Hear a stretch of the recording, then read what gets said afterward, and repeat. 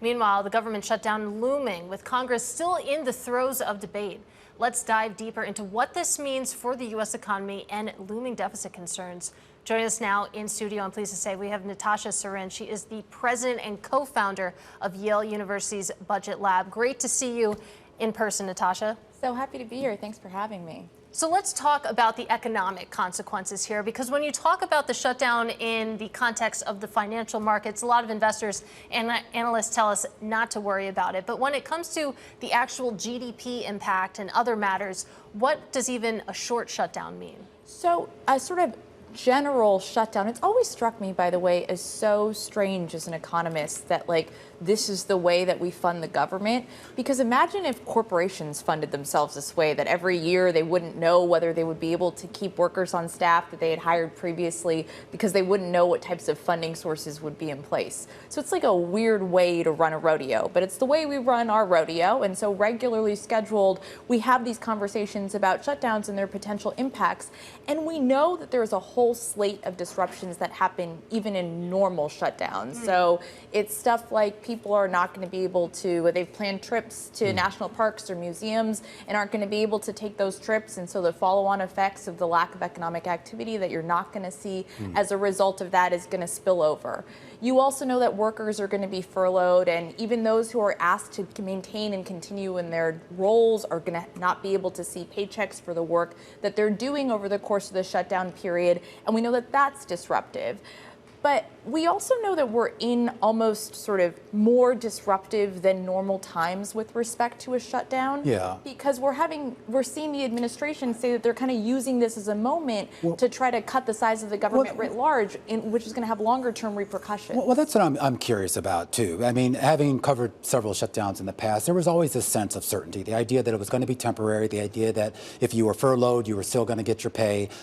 This seems a little bit different, at least if you believe the rhetoric that we've heard out of that.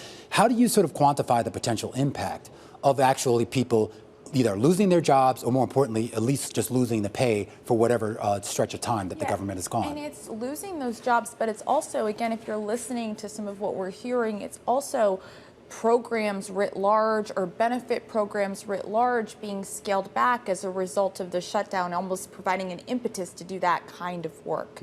And so part of what I worry about is, if you're thinking about this from a market's perspective, obviously there are real human impacts there to those workers who aren't going to see those paychecks or aren't going to see those benefits. But if you're thinking about it from a market's perspective, part of what has made the United States such a remarkable place to invest is the stability of the belief in the stability of our debt and our ability to make good on our payments, the stability of things like the rule of law in this country. And so all of this is coming at a time when that stability feels like it's questioned in deep ways. It's questioned in deep ways, but also on this issue of the shutdown, when we talk about agencies that are going to be either shut or basically operating on a skeleton staff, we've been talking on the show all last couple of months about this huge opening in the IPO market. That basically comes to a halt. I mean, you go from 4,000 employees down to 400. If you've got an IPO on tap right now, that's not happening. So is that just a deferred IPO, or is it just going to get pulled all together? I hope for the sake of, I hope that what we are going to see in some sense is, if you look at the prediction markets, they're predicting with 86% likelihood we're going to see ourselves shut down over the course of the next few hours. I hope that we're in sort of normal time shutdown, and if that case occurs, such that this is a temporary thing. But I think what you're pointing to, Romaine, is very deeply important, because even on Friday, we are supposed to be getting a jobs report that is going to tell us, in a time of deep uncertainty about the state of the labor market or what's happening with tariffs and how it's weighing on hiring decisions that firms are making, we're supposed to get this indicator coming out of the Bureau of Labor Statistics that can help industry, that can help policymakers make decisions about what types of policies they're looking to pursue. And we're not going to get that on Friday if we're in the midst of a shutdown. And again, I hope this is temporary, but I think these have long-lasting consequences. Yeah, and we are, of course, labor-focused or laser-focused on that labor market data. Maybe increases the scrutiny on ADP, that print coming tomorrow. But we know that the correlation between ADP and NFP is fuzzy at best. But when we talk about the effects of a shutdown, as we get deeper into it, as we go from days to potentially weeks, How do those effects multiply? Is it linear, or are we talking about parabolic? You know, I hope that we don't get ourselves into a case where we're having to analyze the possible parabolic impacts of the shutdown on the economy. But I think the answer, honestly, is that we don't quite know.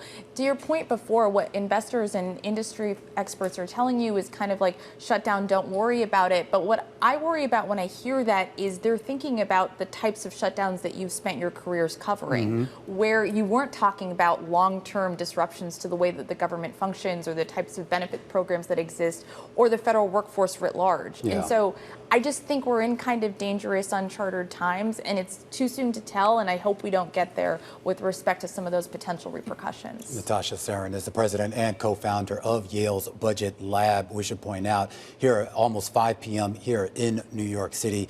Katie Greifeld, 5 p.m. in Washington, just hours away from a government shutdown should the Democrats and Republicans in the Senate find some modicum of compromise.